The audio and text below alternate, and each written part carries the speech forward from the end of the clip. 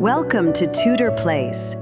Martha and Thomas Peter established their family here in 1805, and it was owned and lived in by their descendants for the next 178 years.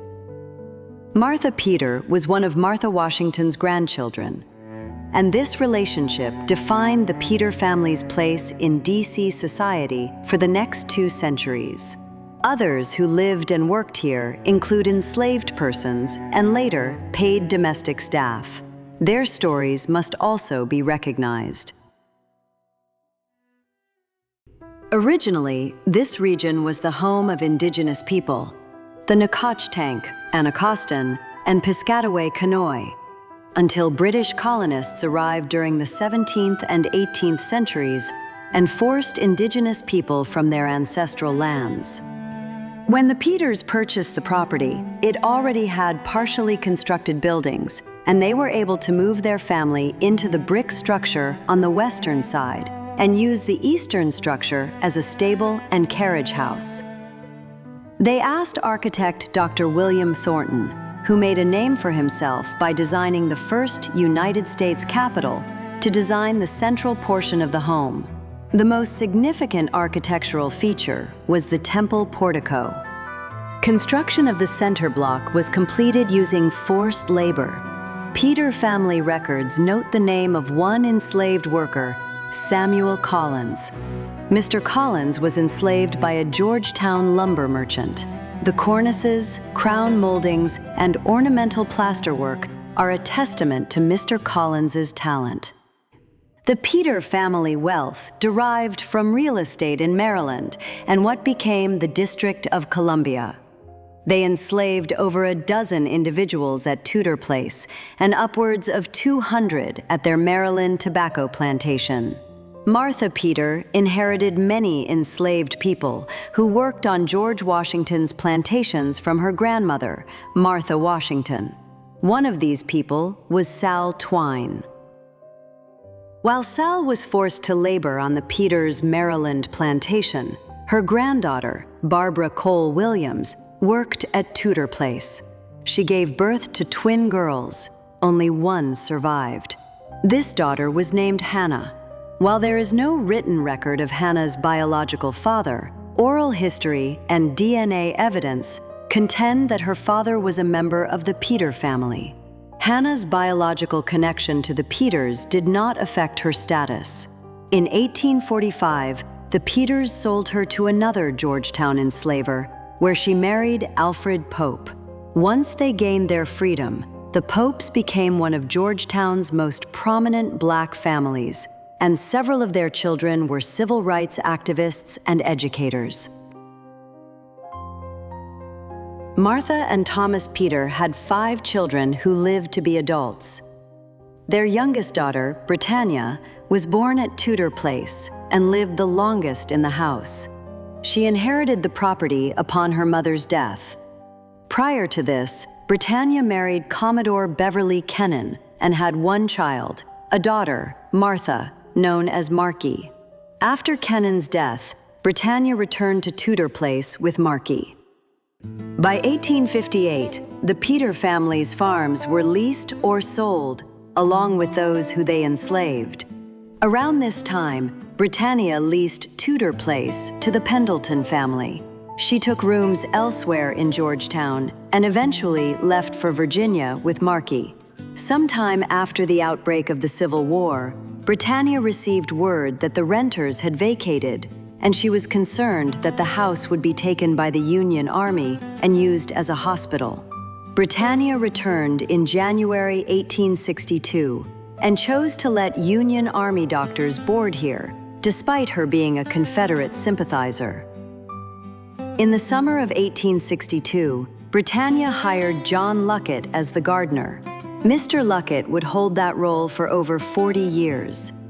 John Luckett left his trace upon the Tudor Place landscape in many of the trees and flowers that visitors to the site can still see today. Despite being offered a house in Georgetown by the Peter family, Mr. Luckett chose to make a home for his family in Southwest D.C. He walked 6 miles round trip to work, 6 days a week. After spending 2 decades enslaved before self-emancipating, Mr. Luckett sought distance between his work and home life and found it in a neighborhood of formerly enslaved people striving to build better lives for their children. In 1911, Britannia died, and her grandchildren inherited Tudor Place and most of its contents. Thanks to the wealth of his wife, Anna Wright Williams, Armistead Peter Jr. was able to purchase his siblings' share in the real property and become the sole owner. The 5 siblings divided up many of the objects that had been acquired, including items from Mount Vernon. In 1914, Armistead Peter Jr. and his brother Walter Gibson Peter, an architect, updated this house by introducing electricity, state-of-the-art plumbing, an advanced heating system, and a modern kitchen. Soon, telephone service was added. He also initiated construction of a garage to accommodate the family's automobiles. Devoted to his family's home and history, Armistead Peter Jr. spent his time maintaining the house and grounds. He had recorded Britannia's reminiscences of early life at Tudor Place and added his own reminiscences for posterity. During Armistead Peter Jr.'s ownership, the domestic staff expanded. Many hired workers at Tudor Place were immigrants from Europe, notably Ireland, but other countries as well. By 1918, the ratio of staff to family members at Tudor Place was 4-to-1. Domestic staff ranged from a cook and kitchen maids to a chauffeur, butler, and a personal secretary.